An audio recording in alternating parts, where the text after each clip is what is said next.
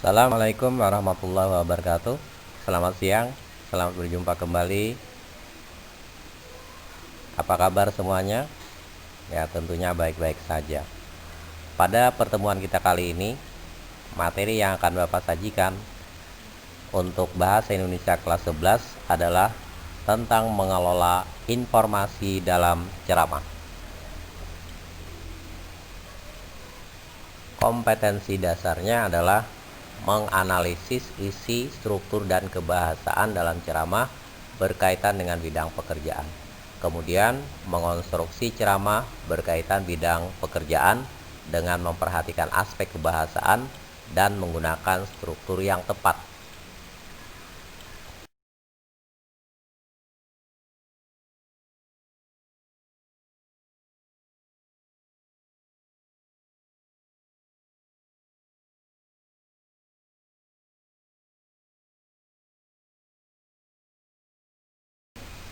Sedangkan tujuan pembelajaran yang akan kita capai pada hari ini adalah kalian bisa menganalisis isi, struktur, dan kebahasaan dalam ceramah.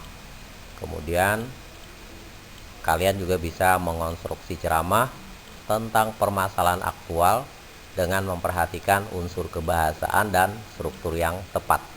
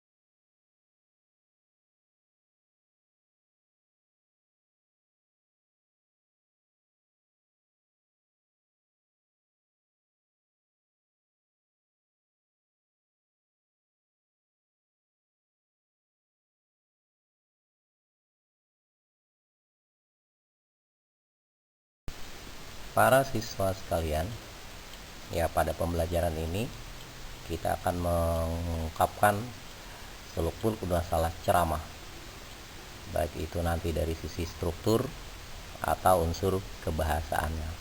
Nah, tapi sebelumnya kalian harus tahu dulu apa yang disebut dengan ceramah. Ya, mungkin kalian semua banyak yang sudah tahu karena sering mendengarkan ceramah, baik itu di televisi ataupun di masjid ataupun di langgar. Nah, kata ceramah itu biasanya ada kesamaan dengan ada pidato, ada khotbah. Nah, sama-sama disampaikan oleh seseorang, yaitu tentang sesuatu masalah, satu pengetahuan, atau satu informasi. Nah, tapi sekarang ini kita akan bisa membedakan apa yang disebut dengan ceramah. Nah, biasanya ceramah itu bersifat lebih umum. Ceramah menyampaikan suatu pengetahuan, informasi, atau isu tertentu yang umum atau mencakup semua bidang. Nah, ceramah tersebut biasanya disampaikan oleh pakar atau orang-orang yang ahli dalam bidangnya. Nah, sedangkan pidato itu merupakan pembicaraan di depan umum juga yang lebih cenderung bersifat persuasif, yakni ingin mengajak pendengar mengubah persepsi, sikap, atau tindakannya. Nah, pidato juga dapat lebih sering digunakan untuk menumbuhkan motivasi dan mendapatkan dukungan dari pendengarnya. Nah, bagaimana dengan khotbah? Nah, khotbah adalah pembicaraan di depan umum yang berisi penyampaian pengetahuan mengenai keagamaan dan praktek beribadah. Nah, hingga ajakan-ajakan untuk memperkuat keimanan pendengarnya. Nah, jadi dari apa yang disampaikan Bapak tadi, Nah, tentu ya kita bisa membedakan antara ketiga hal tersebut. Berdasarkan struktur teks ceramah, kita mengenal ada 3 bagian. Yang pertama, pembuka atau disebut dengan istilah tesis. Nah, bagian ini berisi pengenalan isu, masalah, pengetahuan hingga pandangan penceramah mengenai topik yang akan dibahas. Bagian ini sama dengan tesis dalam teks eksposisi. Kemudian yang kedua, bagian isi atau rangkaian argumentasi, berupa rangkaian argumen-argumen penceramah yang berkaitan dengan topik yang dibicarakan pada pembuka atau tesis tadi. Nah, bagian ini biasanya mengemukakan pula berbagai fakta dan data yang memperkuat argumen-argumen penceramah. Nah, kemudian bagian terakhir pada teks ceramah ini dikatakan yaitu penutup atau penegasan kembali. Nah, bagian ini merupakan penegasan kembali mengenai apa yang disampaikan dalam ceramah. Nah, hal ini bertujuan untuk memastikan ceramah tidak memberikan pemahaman yang keliru dari yang dimaksudkan, hingga agar diingat oleh pendengarnya. Selain itu, agar ceramah terkenang dan pendengarnya terpengaruh untuk melakukan sesuatu. Bagian ini juga biasa diisi oleh rekomendasi atau saran mengenai topik yang disampaikan. Selanjutnya, kaidah kebahasaan teks ceramah. Teks ceramah juga memiliki karakteristik dan ciri khas kebahasaan tersendiri yang cenderung berbeda dengan teks lain. Nah, berikut ini adalah beberapa kaidah kebahasaan dari teks ceramah. Yang pertama, teks ceramah banyak memakai kata ganti orang pertama tunggal dan kata ganti orang kedua jamak sebagai sapaan. Kata ganti pertama contohnya adalah saya, aku, kami, atau mengatasnamakan kelompok. Sementara kata ganti kedua jamak adalah anak-anak, hadirin, bapak-bapak, ibu-ibu, kalian, saudara-saudara. Kemudian kaidah kebahasan yang kedua yaitu banyak menggunakan kata teknis atau peristilahan yang sesuai dengan topik yang dibahas. Misalnya, jika topik yang dibahas adalah kebahasaan atau sastra, istilah-istilah yang muncul meliputi biasanya ada kata prosa, puisi, etika berbahasa, sarkasme, misalnya dalam majas, kemudian kesantunan berbahasa. Kemudian unsur kebahasaan berikutnya adalah menggunakan kata-kata yang menunjukkan hubungan sebab akibat atau argumentasi. Nah, contohnya adalah dengan demikian akibatnya, oleh sebab itu, maka, sebab, atau karena. Nah, ciri kebahasaan selanjutnya yaitu teks ceramah biasanya banyak memakai kata kerja mental. Misalnya memprihatinkan, memperkirakan, mengagumkan, diharapkan, berasumsi, menyimpulkan, berpendapat. Nah, kemudian ciri kebahasaan yang terakhir yaitu biasanya teks ceramah menggunakan kata-kata persuasif seperti diharapkan, sebaiknya, hendaklah, perlu, harus. Nah, selain daftar-daftar di atas atau yang disebutkan di atas tadi, juga banyak menggunakan kalimat majemuk bertingkat. Nah, penjelasan masalah kalimat majemuk bertingkat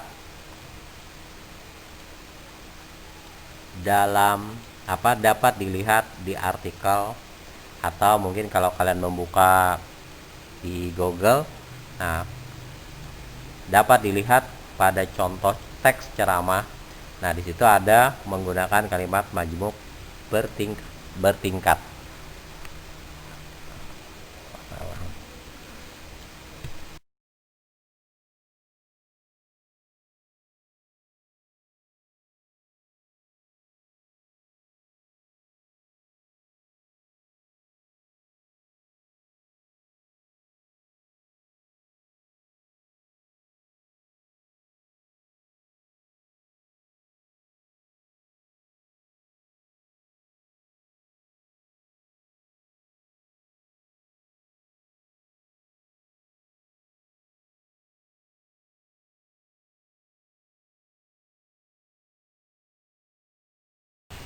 Adapun ciri teks ceramah dipaparkan pada bagian berikut, atau mungkin di slide bisa kalian baca. Yang pertama, ada sesuatu yang dijelaskan atau diinformasikan untuk memperluas pengetahuan para pendengar. Yang kedua, disampaikan oleh seseorang yang memiliki keahlian atau dianggap pakar dalam bidang atau disiplin ilmu yang diceramahkan. Yang ketiga, terdapat ajakan atau persuasi untuk mengubah sikap atau melakukan tindakan terhadap materi yang dibicarakan. Yang keempat, berisi argumen yang menguatkan topik yang dibicarakan. Kelima, memiliki fakta dan data yang memperkuat argumen dalam teks. Kemudian ciri yang keenam, terdapat komunikasi dua arah atau banyak arah antara pembicara dan pendengar, yaitu berupa dialog, tanya jawab, kolom komentar, tanggapan, atau bisa lewat video jika dilaksanakan secara daring. Selanjutnya, langkah-langkah menulis teks ceramah. Menurut tim Kemdikbud 2017 halaman 96 adalah sebagai berikut. Yang pertama, menentukan topik. Nah, dalam menentukan topik tentunya menjadi hal pertama yang harus ditentukan. Terkadang topik ceramah juga dapat didapatkan dengan tidak sengaja. Nah, misalnya saat kita membaca teks berita dan mendapatkan kabar yang sedang hangat dibicarakan, namun topik tersebut harus tetap ditentukan dan diolah melalui langkah selanjutnya. Tidak hanya asal mengambil tren terbaru saja. Nah, kemudian yang kedua, merumuskan tujuan ceramah. Nah, tujuan adalah hal yang harus diperhatikan ketika sudah menemukan topik yang akan dibawakan. Untuk apa kita memberikan ceramah? Apakah untuk berbagi ilmu, mengajak pendengar untuk melakukan sesuatu, dan sebagainya. Namun dalam gambaran luasnya, tujuan ceramah meliputi ada yang disebut dengan tujuan umum, ada yang disebut dengan tujuan khusus. Nah, tujuan umum meliputi ceramah informatif, ceramah persuasif, ada ceramah rekreatif atau hiburan. Kemudian kalau tujuannya khusus, yaitu yang merupakan rincian dari tujuan umum. Tujuan ini meliputi misalnya ke bahasa Indonesia untuk tujuan umum pelajaran. Nah, cara melukis untuk tujuan umum, nah, keahlian dan sebagainya. Nah, kemudian langkah yang ketiga yaitu menyusun kerangka ceramah. Nah, kerangka ceramah adalah rencana yang memuat pokok-pokok bahasan, struktur teks ceramah. Nah, setiap bagian struktur yaitu pembuka, isi, dan penutup dibuat kalimat pokok atau yang disebut dengan ide pokoknya terlebih dahulu tanpa penjelasan detail. Kemudian yang keempat, menyusun ceramah berdasarkan kerangka yang dibuat tadi. Nah, setelah kerangka telah selesai dibuat, maka kembangkanlah setiap kalimat pokok menjadi paragraf yang diberi kalimat penjelas, baik secara deduktif, induktif, atau campuran. Nah, bersamaan dengan itu, penulis ceramah juga harus dibarengi dengan penghayatan terhadap bahan-bahan yang akan disampaikan. Ya, caranya yaitu yang pertama mengkaji bahan secara kritis, yang kedua meninjau kelayakan materi terhadap khalayak ramai atau pendengar ceramah, yang ketiga meninjau kembali berbagai bahan yang kemungkinan mendapatkan pro kontra, keempat menyusun sistematika bahan teks ceramah, dan yang terakhir, menguasai ceramah berdasarkan jalan pikiran yang logis.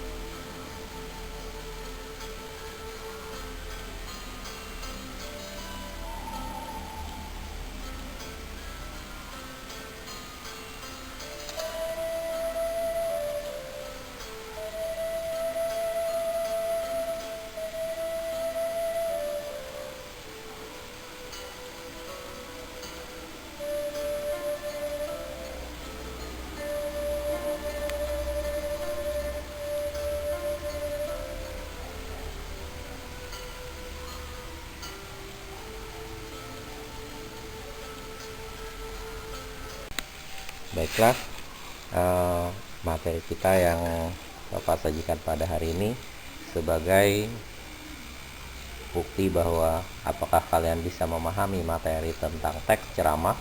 Nah, bacalah teks ceramah berikut. Kemudian setelah selesai membaca, ya, kerjakanlah pertanyaan atau jawablah pertanyaan yang ada di bawah teks ceramah ini.